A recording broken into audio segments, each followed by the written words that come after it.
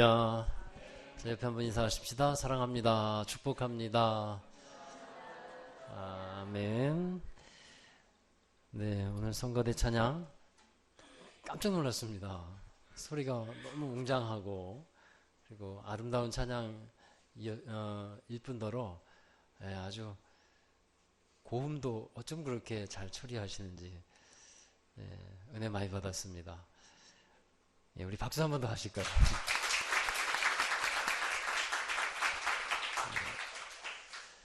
오늘 리시남의 6월달이네요. 벌써 세월이 이렇게 빠릅니다. 시간이 이렇게 빠릅니다.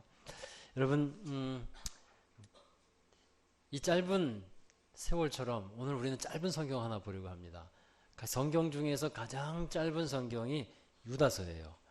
1장밖에 되어 있지 않습니다. 우리 유다서의 말씀을 가지고 은혜를 나눌 텐데, 여러분 신앙생활 하는 가운데서 사람이 가장 답답할 때가 있습니다. 언제일까요?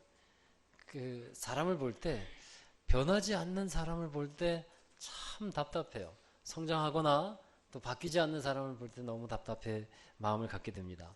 그런데 그 변화라는 것을 생각해 보면요, 그 변화의 기준은 여러 가지라는 것을 알 수 있어요.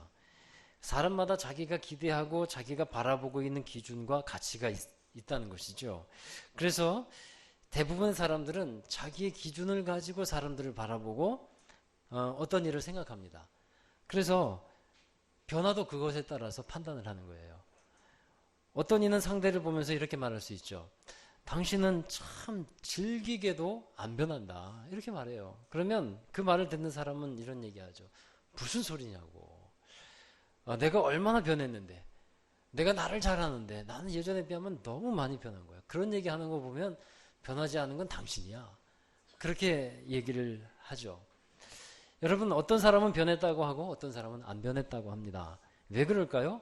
저마다 자기가 갖고 있는 기준이 다르기 때문에 그래요. 우리 하나님의 사람들을 다양한 기준, 생각과 또 어떤 문화적인 배경, 사상적인 어떤 것들을 갖고 살아갈 수 있습니다. 그러나 믿음의 사람들은, 하나님의 사람들은 절대적인 기준이 하나가 있어야 돼요. 그것이 우리에게 있어서 좀 가치 판단의 기준이 되고 또 행동 양식의 기준이 되어야 합니다. 그 판단의 기준이 뭐냐 하면 바로 예수 그리스도인 줄로 믿습니다. 예수 그리스도, 좀 더 그 내용을 좀 더 풀어서 말씀을 전한다면 하나님의 나라의 복음, 이것이 우리의 기준이 되어야 한다는 거예요. 다양한 생각과 가치관을 갖고 살아간다고 해도 예수님이 기준이 된다고 한다면 무엇이 정말 변한 것이고 무엇이 변하지 않은 것인지를 알 수가 있습니다. 예수님이 기준되어서 그걸 맞춰보면 돼요. 그런 면에서 본다면 오늘 말씀을 기록한 유다라는 사람은 예수님을 자신의 이 실존과 삶의 기준으로 삼고서 정말 변화된 사람, 그런 사람이라 할 수 있어요. 유다는 누구냐 하면 가룟 유다가 아니고 예수님의 동생으로 알려져 있는 사람이에요. 마태복음 55장에 보면 예수님의 형제가 4명이라고 적고 있습니다. 야고보, 요셉, 시몬, 유다, 이렇게 나와 있어요. 오늘 1절의 말씀에도 유다를 누구의 형제로 말하고 있습니까? 야고보의 형제로 말하고 있죠. 그런데 그보다도 야고보의 형제 유다는인데 그 앞에 또 이런 말씀이 있어요. 그보다도 자신을 먼저 이렇게 소개하고 있죠. 예수 그리스도의 종이다.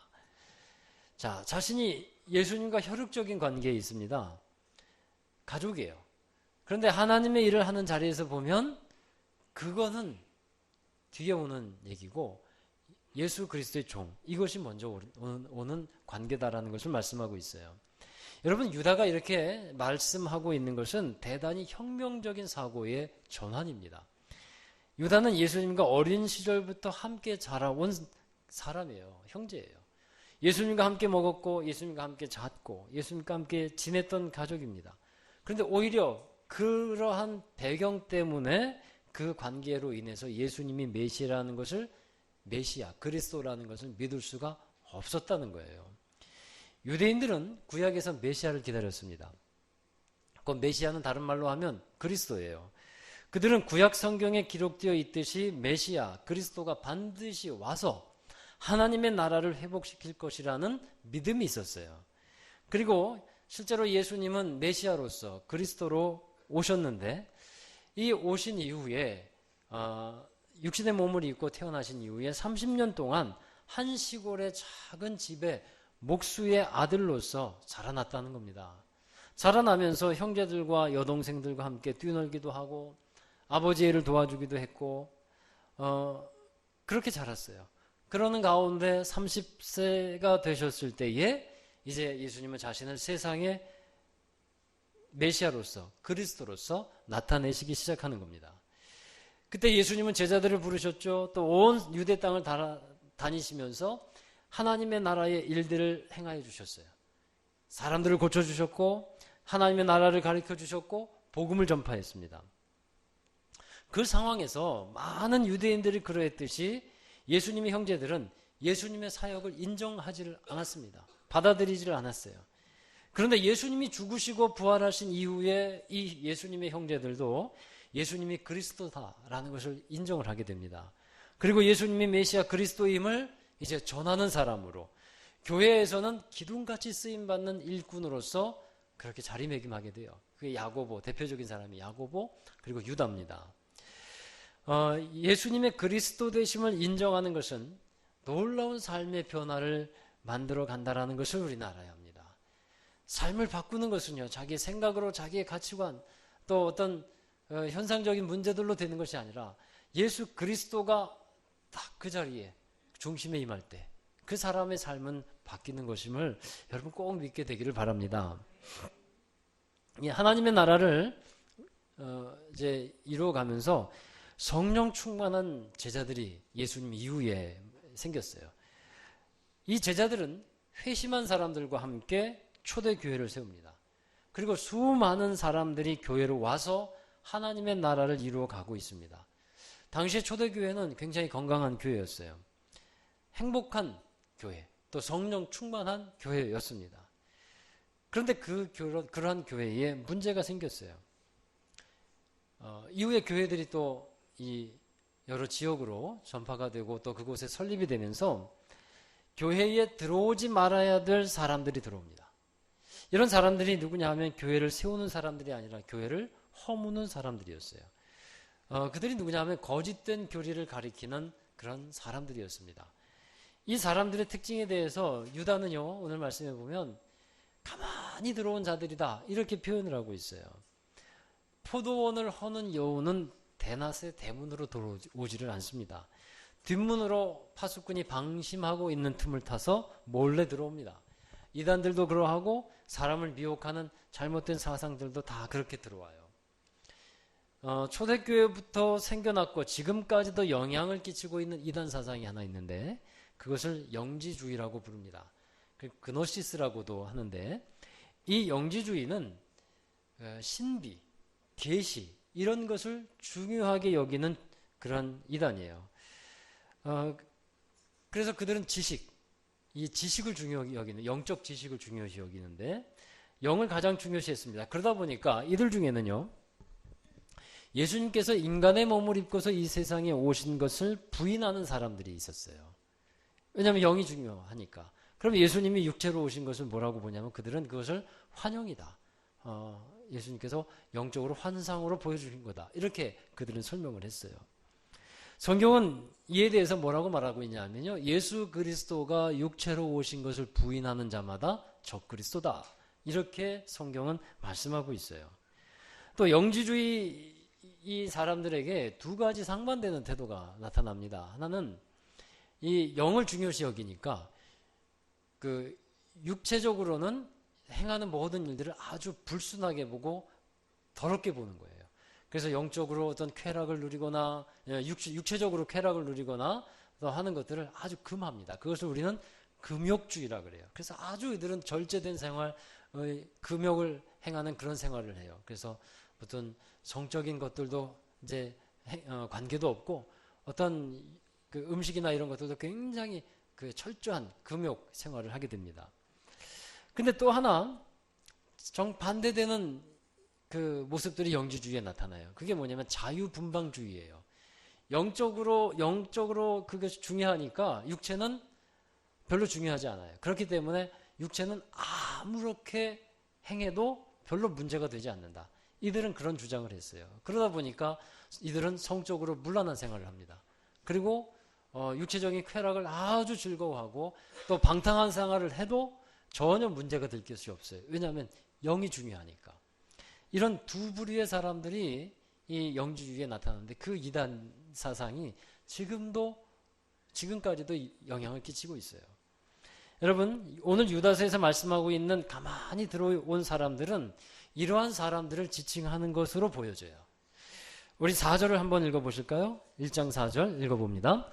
이는 가만히 들어온 사람 몇이 있음이라. 그들은 옛적부터 이 판결을 받기로 미리 기록된 자니 경건하지 아니하며 우리 하나님의 은혜를 도리어 방탕한 것으로 바꾸고 홀로 하나이신 주제 곧 우리 주 예수 그리스도를 부인하는 자니라. 아멘. 이들에 대해서 하나님의 은혜를 방탕한 것으로 바꾼 사람들이고 결국 예수 그리스도를 부인하는 자들이다 라고 말씀하는데, 여러분, 이 사람들은요, 예수님을 믿기는 믿는데 자유분방한 사람들이에요. 그 중엔 성적으로 자유롭게 행동한 사람도 있고 윤리적으로 방종한 삶을 살아가는 사람도 포함되어 있어요. 또한 이들의 특징에 대해서 몇 가지를 좀 더 보면 이후의 말씀에 잘 나와 있는데 8절을 한번 더 보시기 바라요. 자, 8절 읽어봅니다. 그런데 이 꿈꾸는 이 사람들도 그와 같이 육체를 더럽히며 권위를 업신여기며 영광을 비방하는도다. 예, 육체를 더럽혔다는 것은 방탕한 삶을 살아가는 것이고 또 권위를 업신여깁니다. 하나님의 권위, 교회의 권위를 업신여겨요. 여러분, 어디든지 권위가 무너지는 곳에는 항상 혼란이 있어요. 하나님은 권위의 하나님이십니다. 권위주의는 많은 문제를 일으킬 수밖에 없어요. 그래서 권위주의는 좋은 것은 아니지만 권위는 신성한 곳에 속하고 거룩한 곳에 속합니다. 그래서 권위를 인정하지 않으면 또한 권위자가 될 수 없어요. 그러니까 권위를 인정하는 사람이 또 권위자가 될 수 있다는 것을 우리는 알아야 합니다. 그리고 또 16절을 보세요. 이 사람들이 어떤 사람들인가? 읽습니다. 이 사람들은 원망하는 자며 불만을 토하는 자며 그 정욕대로 행하는 자라. 그 입으로 자랑하는 말을 하며 이익을 위하여 아첨하느니라. 여러분, 하나님의 나라를 이루고 있는 교회에서 원망과 불평이 있다는 것은 속상한 일이에요. 그렇다고 원망과 불평 없이 살아가는 것도 사실 어렵습니다. 원망과 불평 안 생겨야 되는데 생기는 걸 어떻게 해요? 그렇지 않아요? 그렇다고 무조건 불평하지 마세요. 그건 죄입니다. 물론 그렇게 말씀드리면 좋겠어요. 그것도 우리가 노력해야 될 바입니다. 그러나 그것도 사실 어려운 일이에요. 부족함을 우리가 인정하지 않을 수가 없습니다. 또 연약함을 사람은 인정하지 않을 수가 없어요. 여러분, 그 부족함과 연약감 가운데 살아가고 교회를 우리가 이루어가고 있다는 거예요. 그 가운데서 혹시 일어나는 어떤 부족한 일들 있다면 우리가 먼저 불평하기보다 원망하기보다 그 부족함을 채워주는 여러분 되시기를 바랍니다. 그것이 우리 교회의 하나님 나라의 사람들의 아름다운 모습이라고 저는 생각해요. 그러나 오늘 여기에서 나오는 원망과 불평은 가만히 들어온 사람들이, 이 거짓 교사들이 뒤에서 불평하고 불만을 조장하고 있다라는 거예요. 그래서 교회를 허물어뜨리는 일을 하는 거죠. 요즘 많이 거론되고 있는 신천지라고 하는 이단이 바로 그런 일을 많이 한다고 하죠. 그래서 뒤에 사람들 몰래 만나고 또 해서 교회에 이런저런 불만거리들을 다 얘기를 하고 같이 동조를 하게 합니다.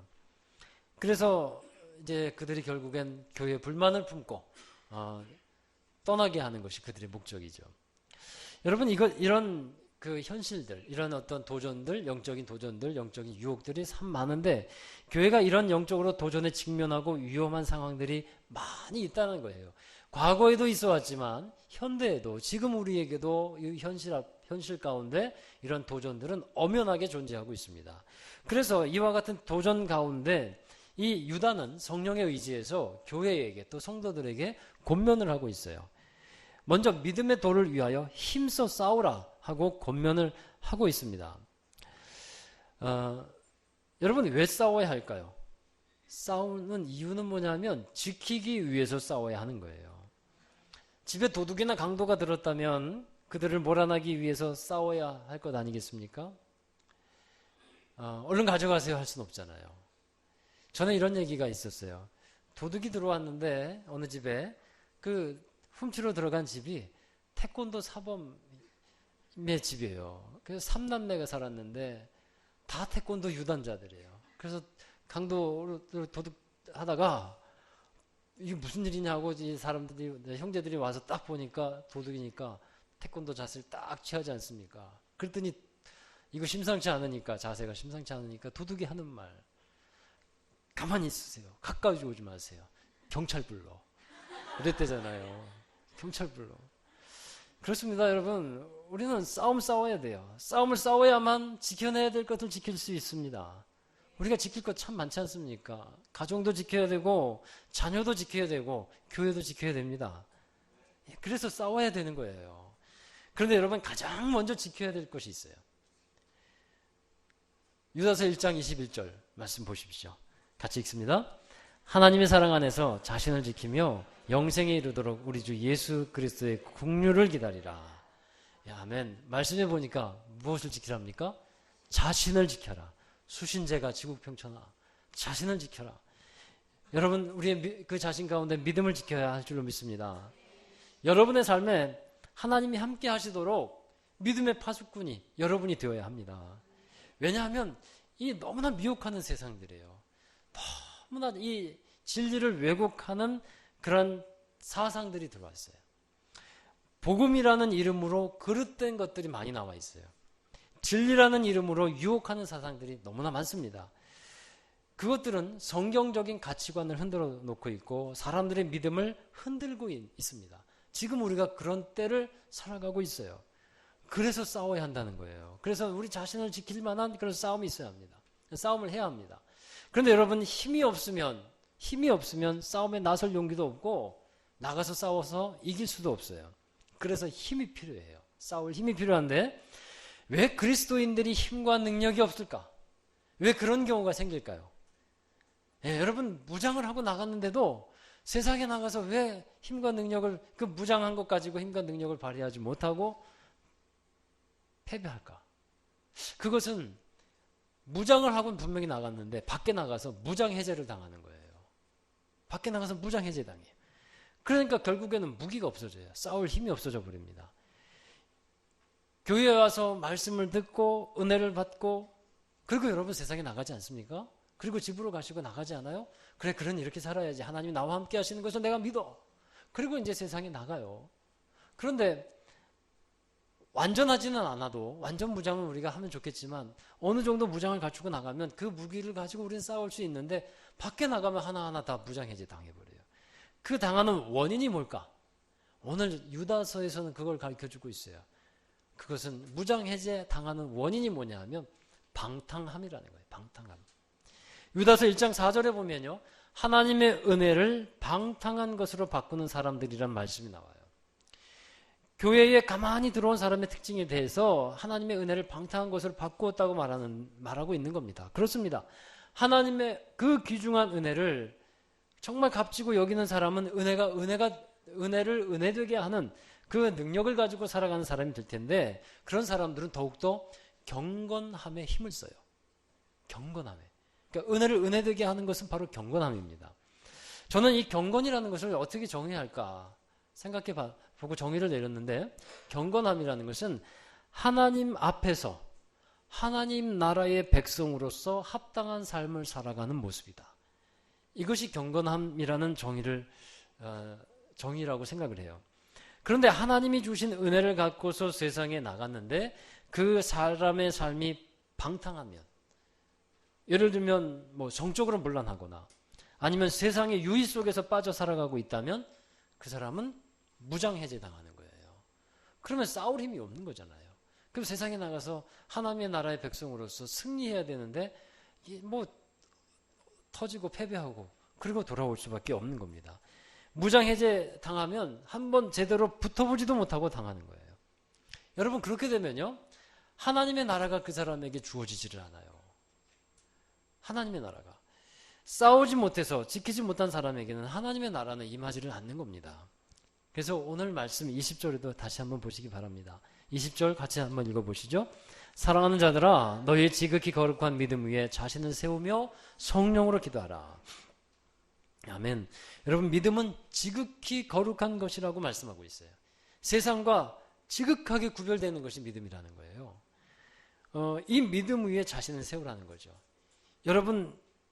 여러분의 삶을 무엇 위에 세우고 있으신가요? 건축에서 제일 중요한 것이 바로 기초공사입니다. 기초공사를 잘해야 그 건물이 든든하게 세워지죠. 강한 지진도 견딜 수 있는 건물이 되는 것이고, 또 나무에게 있어서도 이제 든든한 나무와 같이 이제 건물이 세워지게 되는데, 나무에게 있어서도 가장 중요한 것이 뭡니까? 뿌리예요, 뿌리. 이파리가 무성하다고 해서 뿌리가 약하면 그건 그냥 뽑혀버리면 이파리가 무성한 것이 소용이 없습니다. 뿌리가 중요해요, 뿌리가 깊고 든든하면 건강해지는 것이죠. 바로 우리의 신앙도 그러해야 한다는 겁니다. 믿음 위에서 우리 자신을 건축하라 하는 것은 든든한 기초공사 잘 하라고 하는 말씀이에요. 여러분, 인생의 기초가 무엇이 되겠습니까? 여러분, 어떤 가치관 위에 여러분의 인생을 세우고 있습니까? 하나님이 주신 인생의 기초는 믿음입니다. 믿음 위에 여러분 자신을 세우고, 믿음 위에 여러분의 가정을 세워야 합니다. 믿음 위에 여러분의 사업을 세우고, 믿음 위에 여러분 인간관계를 세우고, 믿음 위에 여러분의 그 하는 일들을 세워 가시기를 주의 이름으로 축원합니다. 그래야 지킬 수 있는 거예요. 그래야 싸울 수 있는 겁니다. 자, 사도 바울은 이렇게 고백하고 있어요. 디모데후서 4장 7절 말씀 한번 보십니다. 나는 선한 싸움을 싸우고 나의 달려갈 길을 마치고 믿음을 지켰으니. 예, 선한 싸움, 믿음의 선한 싸움을 이 지금 인생의 마지막 때가 되는 이때까지 잘 싸워왔다라고 고백해요. 그리고 자기가 아들같이 여기는 디모데라고 하는 제자가 있는데 그 제자에게 사도 바울이 권면을 하죠. 우리 디모데전서 6장 12절 말씀입니다. 읽습니다. 믿음의 선한 싸움을 싸우라. 영생을 취하라. 이를 위하여 내가 부르심을 받았고 많은 증인 앞에서 선한 증언을 하였도다. 아멘. 예, 사도 바울은요, 믿음의 선한 싸움을 말하고 있습니다. 그러면 믿음의 선한 싸움을 싸우는 무기가 있어야 돼요. 그 무기가 무엇이냐면 그것이 바로 복음입니다. 예수 그리스도의 복음이 우리의 무기가 되어야 합니다. 여러분, 모든 사람이 죄로 인해 죽을 수밖에 없었던 것을 예수님께서 십자가에서 우리의 죄를 대신 담당해 주셔서 죽으셨고, 우리에게는 영생을 주셨다는 것, 생명을 주셨다는 것, 이것이 뭡니까? 이것이 복음입니다. 할렐루야. 그런데 이 복음을 받아들인 사람이 누구냐면 믿음의 사람이라는 거예요. 나를 살려주신 예수님, 이 복음 때문에, 나를 살려주신 예수님 때문에 내가 살아갈 수 있고, 내가 사랑할 수 있고, 내가 용서할 수 있고, 소망을 가질 수 있고, 싸워나갈 수 있다는 것, 이것이 복음입니다. 그래서 사도 바울은 그 복음이 자신에게 능력이 된다라고 말씀하고 있어요. 믿음의 선한 싸움을 사도 바울이 죽을 때까지 어떻게 싸울 수 있었습니까? 이 복음 하나 붙들고 싸우는 거예요. 예수 그리스도의 이 복음 붙들고 끝까지 험난한 고난과 아픔과 역경과 위기가 와도 이 복음 붙들고 승리하면서 싸워나가는 것입니다. 사랑하는 여러분, 우리가 이 복음으로 죄악을 이겨야겠어요. 이 복음으로 세상을 이겨야 합니다. 다른 것으로 이길 수가 없어요. 오직 이 말씀으로, 복음으로 우리가 세상을 이길 수 있는 것이지, 이 죄악의 물결을 우리가 막아낼 수 있는 것은 복음밖에 없다는 겁니다. 그리고 이 복음을 통해서 우리는 하나님의 나라를 유업으로 받을 수 있는 사람이 되는 겁니다. 복음은 하나님의 나라를 이루어가기 위해서 우리에게 주신 가장 크신 은혜예요. 이 복음을 가지고 여러분, 우리가 어떻게 살아가야 될까요? 이제 우리에게 복음이 주어졌어요. 그럼 이 복음이라는 능력을 가지고 우리는 어떻게 살아갈까요? 이 복음이 자꾸 왜곡되는 것이 왜 그러냐 하면, 이 복음을 가지고 돈을 벌거나, 이 복음을 가지고 편안한 삶을 살아가기 위해서 내가 이것을 받아들인 거다, 이렇게 생각하니까 자꾸 방향이 틀어지는 거예요. 여러분, 복음은 하나님의 나라를 이루어가는 능력이 됨을 믿습니다. 믿음의 길을 걸어가라고 복음을 주신 거예요. 그래서 우린 다시 복음 앞에 서야만 하는 것입니다. 나를 구원해 주신 예수 그리스도의 십자가, 그 복음 앞에 서서 그 예수님의 그 사랑의 힘으로 우리 안에서 역사하시는 성령을 따라서 주님과 함께 행복하게, 고난이 있어도 행복하게 하나님의 나라를 이루어가는 것. 이것이 믿음의 사람들의 모습이 되어야 한다는 겁니다. 혹시 여러분 그 복음이 우리에게 변질되지는 않았을까요? 잘못된 어떤 거짓 교리 같은 것들이 은연중에 우리에게 들어와서 이 복음이 편안한 삶을 위한 복음으로 전락해 있지는 않을까요? 이 복음을 이용해서 또 다른 어떠한 나의 편안한 삶을 추구하는 그것으로 우리가 복음을 사용하고 있지는 않을까요? 사랑하는 여러분, 주님께서 보여주시는 믿음의 길을, 그것은요, 그 길이 험할지라도 하나님의 나라를 이루어가는 길임을 우리에게 보여주시는 거예요. 그 길을 우리는 믿음으로 걸어가야 할 줄로 믿습니다. 우리가 예배 전에 찬양을 부르면서 다시 복음 앞에라는 찬양을 우리가 불렀습니다. 여기서는 우리가 처음 부른 찬양 같은데 그 가사를 여러분 한번 보시면서 또 이 설교 후에 함께 결단하며 찬양을 했으면 좋겠습니다. 그 가사 가운데 이런 가사가 있어요. 많이 힘들고 험한 길보단 그저 말로만 가려기에 점점 멀어져만 가네. 어디로부터 멀어져 간다는 겁니까? 편안한 길로만 가려고 하니까 하나님으로부터 멀어져 간다는 거예요. 복음으로부터 멀어져 간다는 겁니다. 믿음의 길은 편안한 길이 아닌데 그 길, 물론 하나님이 주시는 평안함과 그 은혜가 있습니다. 그것을 부인하는 건 아니에요. 꼭 여러분, 그러나 이 믿음의 길의 본질을 우리가 알자는 겁니다. 또 가사를 봅니다. 보면 점점 이용하려 하네. 내게 생명 주었던 그 길, 점점 이용하려 하네. 내게 사랑 주었던 그 길. 다시 복음 앞에 내 영혼 손에 주님 만난 그때 나 다시 돌아가 주님께 예배드리며 다시 십자가의 길 걸으리. 십자가의 길을 걸어가는 것. 이것이 복음의 길이고 믿음의 길인 것입니다. 우리 그리스도인들이 이 길은 외면한 채 어떤 나의 편안한 삶만을 위한 길로 이 복음의 길을 생각한다면 그것은 좀 방향이 틀려진 길이에요. 주님 은혜 가운데 하나님이 주시는 평안함과 축복이 물론 그 안에 들어있습니다만 그게 다 전부는 아니고 때로는 우리에게 고난과 어려움과 주를 위한 핍박이 와도 우린 믿음으로 그 길을 나아가는 것. 이것이 믿음의 길이고 십자가의 길이고 복음을 주신 이유인 것입니다. 그래서 여러분 우리는 다시 복음 앞에 서야 돼요. 복음 앞에 서야 합니다. 나를 구원해 주신 예수 그리스도의 십자가의 그 복음 앞에 서서 하나님 나라의 백성의 삶을 살아갈 수 있게 되기를 바랍니다. 우리 다시 한번 이제 찬양하실 때, 기도하고 찬양하실 때 여러분 결단하는 마음이 우리에게 좀 있었으면 좋겠어요. 이제 우리 다시 한번 복음 앞에 서자. 제대로 된 복음의 길을 걸어가고 믿음의 길을 걸어가자. 주님을 위해서 때로는 희생하고 때로는 헌신하고 때로는 고난도 우리가 기쁨으로 받아들이는 그 길을 걸어가는 저와 여러분 되었으면 좋겠습니다. 그래서 은혜를 다른 것으로 바꾸지 말고 방탕함이나 세상의 것으로 바꾸지 말고 은혜를 정말 은혜되게 하는 우리 제자로 교회 여러분 되시기를 주의 이름으로 축원합니다. 기도하겠습니다. 거룩하신 아버지 하나님, 다시 복음 앞에 우리가 서기를 원합니다. 우리에게 생명 주신 복음, 우리를 구원해 주신, 그래서 하나님 나라의 백성의 삶을 살아가게 하신 그 복음을 우리가 받아들이고 그 복음 앞에 서서 정말 주님을 위해서 살아가는 믿음의 사람들 되게 하여 주옵소서. 주님께서 믿음의 길을 걸어가라고 그 복음을 주셨고 그 믿음의 승리가 우리에게 주어졌음을 믿고 그 승리가 주어졌을 때 우리가 지키며 하나님 싸워서 하나님의 나라를 유업으로 받게 되는 사람들인 줄 믿습니다.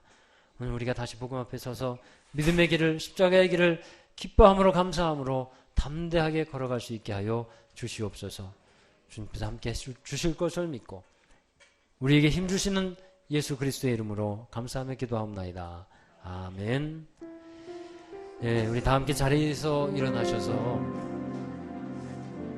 우리 다시 복음 앞에 이 찬양을 하나님께 우리 올려드리십시다. 여러분의 마음의 고백, 여러분의 마음의 결단이 이 찬양 가운데 들어갔으면 좋겠습니다. 우리가 말로만 가려고 하는 길이 아니라 정말 믿음으로 삶으로 가는 길이 되기를 원합니다. 많은 이들 말하고 많은 이들 노래는 하지만 정작 가진 않는 길 두려운 생각보다 많이 힘들고 험한 길보단 그저 말로만 가려기에 점점 멀어져만 가네. 내게 생명 주었던 그 길 점점 이용하려 하네. 내게 사랑 주었던 그 길 다시 복음 앞에 내 영혼 서네. 주님 만난 그때 나 다시 돌아가 주님께 예배드리며 다시 십자가의 길 걸으리. 점점 멀어져 점점 멀어져만 가네. 내게 생명 주었던 그 길 점점 이용하려 하네. 내게 사랑 주었던 그 길 다시 복음 앞에 내 영혼 서네. 주님 만난 그때 주님 만난 그때 우리 다 함께 복음으로 돌아가기를 원합니다. 다시 돌아가 주님께 예배드리며 다시 십자가의 길 걸으리. 다시 복음 앞에 다시 복음 앞에 내 영혼 서네. 주님 만난 그때 나 다시 돌아가 주님께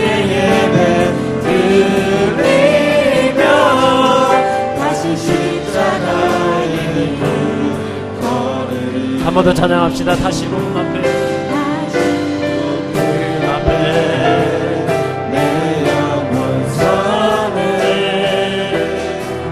주님 만난 그때 나 다시 나를 구원하여 주신 예수 그리스도의 그 주님께 예배드리며 다시 십자가의 길 걸으리. 아멘. 우리 하나님께 기도합시다. 하나님 우리에게 허락하여 주신 복음, 그 복음 앞에 다시 서기를 원하고 믿음의 길을 걸어가는 우리가 되기를 원합니다. 하나님께서 말씀하여 주신 길, 주님께서 보여주신 하나님의 나라의 백성의 길을 우리가 믿음으로 담대하게 걷게 하여 주시고, 하나님 이 세상에서 정말 하나님의 나라가 임하여지는 귀한 일을 우리가 감당하며 그 하나님의 나라를 유업으로 받는 믿음의 사람들 되게 하여 주옵소서.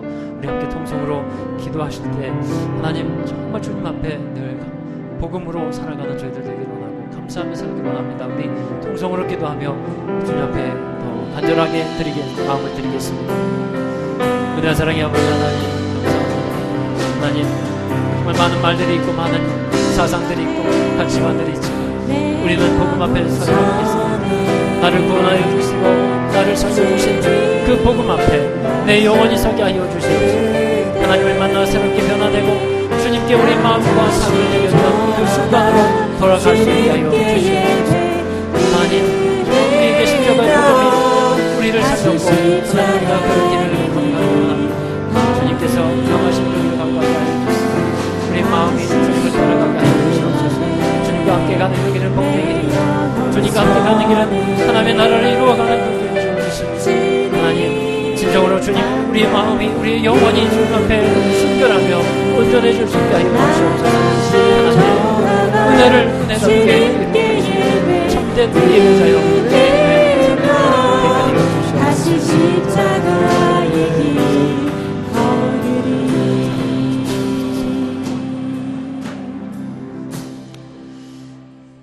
우리에게 생명 주시고 복음 주신 하나님 감사합니다. 예수님을 통해서 우리가 하나님의 나라의 자녀되고 하나님 나라의 백성 되게 하여 주셨음을 저희들이 인정하고 받아들입니다. 하나님의 나라의 백성으로서 신분이 변화되고 우리의 모습이 변화되고 인생이 바뀐 사람들임을 저희 또한 감사드리며 고백합니다. 하나님의 나라의 백성으로서 합당한 삶을 살아갈 수 있게 도와주옵소서.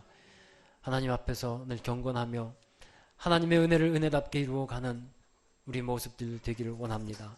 하나님, 이 세상에 정말 방탕하고 죄 많은 죄 속에서 살아가는 그런 모습이 되지 않게 하여 주시고 세상에 나가 하나님이 주신 말씀과 기도로 또 성령으로 잘 무장하여 하나님의 나라를 이루어가는 믿음의 사람들 되게 하여 주옵소서. 우리에게 복음 주신 것은 하나님의 나라를 이루어가라고 주신 것임을 믿습니다. 믿음을 지키며 믿음 위에 우리의 삶을, 우리 자신을 건축하고 우리의 삶을 건축해 나가며 가정들을 세워나가는 우리 모든 믿음의 사람들 되게 하여 주옵소서. 하나님, 늘 복음 앞에 서게 하시고 늘 주님의 십자가 앞에 저희들을 서서 주님의 맡겨주신 길을 믿음으로 걸어가는 우리 모든 성도들, 참으로 복된 성도들 되게 하여 주옵소서. 이제